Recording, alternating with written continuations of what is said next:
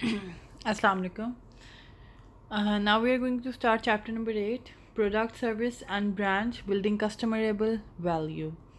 In this particular chapter we will understand that product क्या होता है, service क्या होती है, brand क्या होता है. अभी तक हम देख रहे थे कि मार्केटिंग क्या होती है, स्ट्रैटेजी क्या होती है, कैसे स्ट्रैटेजी बनती है, क्या उसके सारे एलिमेंट्स होते हैं.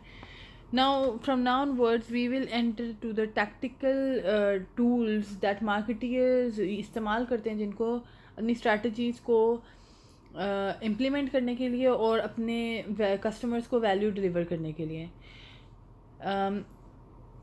इसके बाद हम आगे जाके चैप्टर्स में मज़ीद पढ़ेंगे कि कैसे प्रोडक्ट एंड ब्रांड्स डेवलप होते हैं, कैसे मैनेज होते हैं, फिर प्राइसिंग, डिस्ट्रीब्यूशन और मार्केटिंग कम्युनिकेशन टूल्स क्या होते हैं.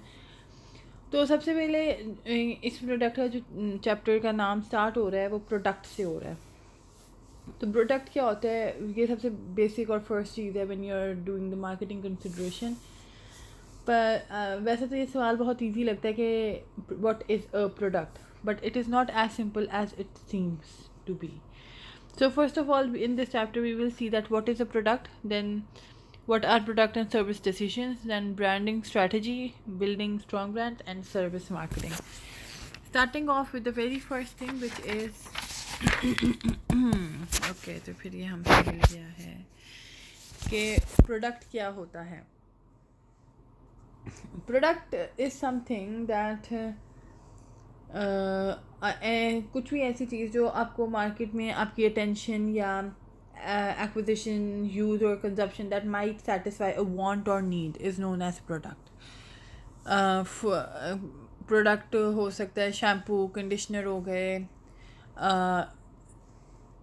आपकी ब्यूटी प्रोडक्ट्स हो सकते हैं, हैंड क्रीम, फुट क्रीम, आपके क्लोथिंग प्रोडक्ट्स हो सकते हैं. तो प्रोडक्ट कुछ भी हो सकते हैं. They may very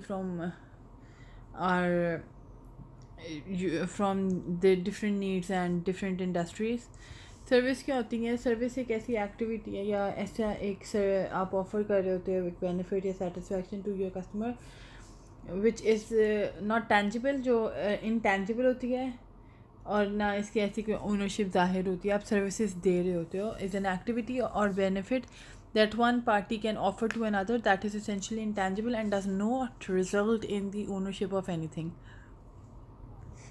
then experiences आ जाते हैं. एक्सपीरियंसेस क्या होते हैं? जब आप एक प्रोडक्ट को यूज़ करते हो, उससे एसोसिएट या सर्विस को यूज़ करते हो, जो कस्टमर को एक्सपीरियंस होता है उसको यूज़ करने के बाद, that is known as experiences. Then these are the levels of product.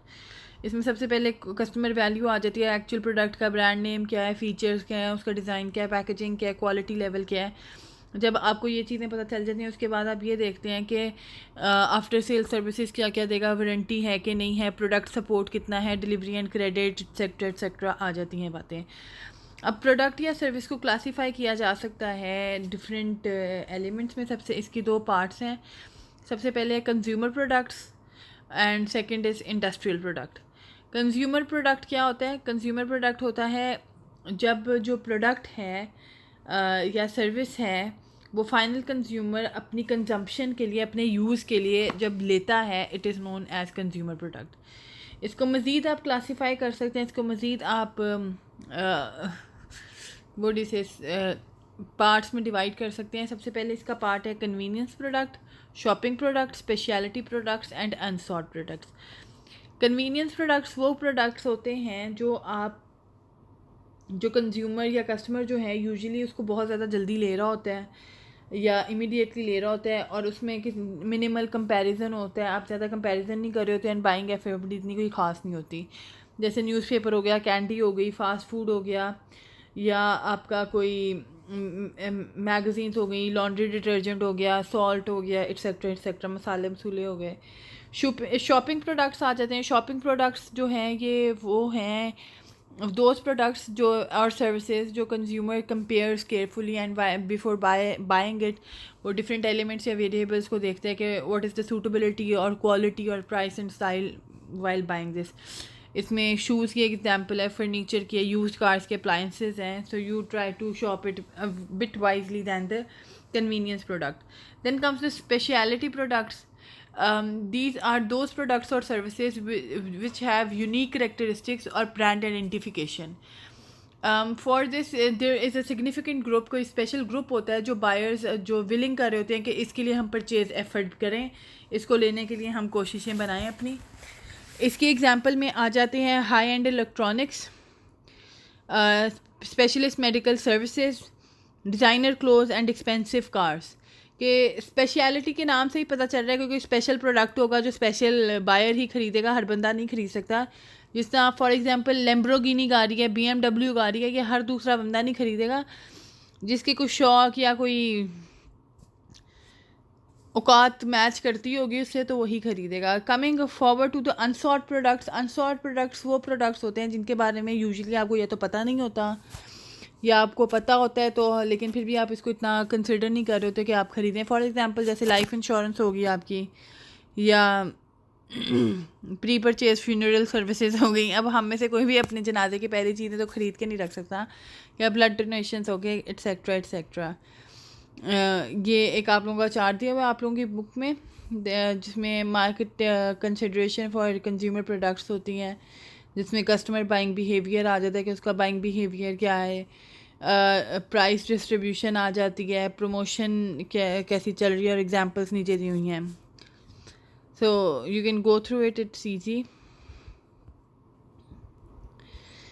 उसके बाद हमारा जो सेकंड पार्ट था प्रोडक्ट्स का, उसमें इंडस्ट्रियल प्रोडक्ट्स आ जाते हैं. इंडस्ट्रियल प्रोडक्ट्स वो प्रोडक्ट्स होते हैं विच आर परचेज्ड, जिनको आप परचेज़ करते हैं फॉर फ्यूचर प्रोसेसिंग और for use in conducting business का कारआमद बनाने के लिए जो प्रोडक्ट्स यूज़ होते हैं वो इंडस्ट्रियल प्रोडक्ट्स कहलाते हैं.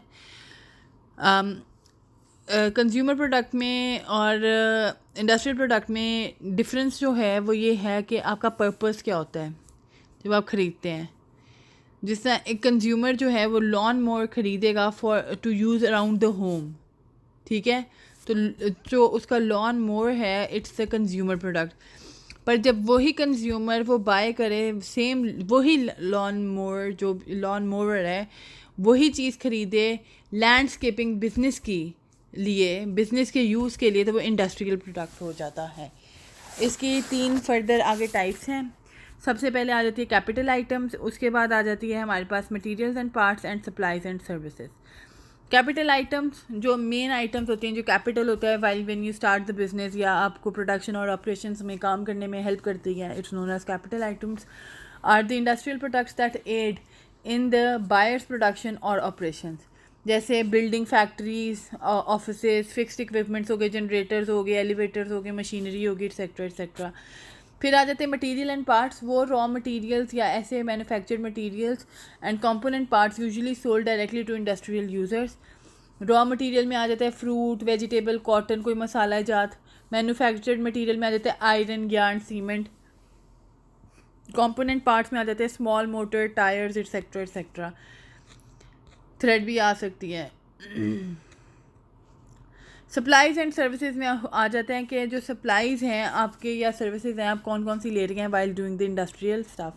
Supplies are the convenience products of the industrial field because they are usually purchased with a minimum of effort or comparison. You don't do much of the comparison or you don't do much of the effort. आप convenience products को कर सकते हैं that you're not making a lot of effort or you're not showing much of the interest while purchasing it. So इसमें क्या आ जाते हैं, सबसे पहले आ जाते हैं operating supplies आ जाते हैं which are very what do you say basic. Lubricants, coal, paper, pencil, stationery, repairing and maintenance items like paint, nails, and business services are the maintenance and repair service, window cleaning, computer repairing, and business advisory services जैसे advertising, legal consulting, ठीक है जी. Then organization, person, places and ideas. अच्छा ये different marketing है, इसका हम एक idea और ले लेते हैं. अभी 9 मिनट्स ही हुए हैं.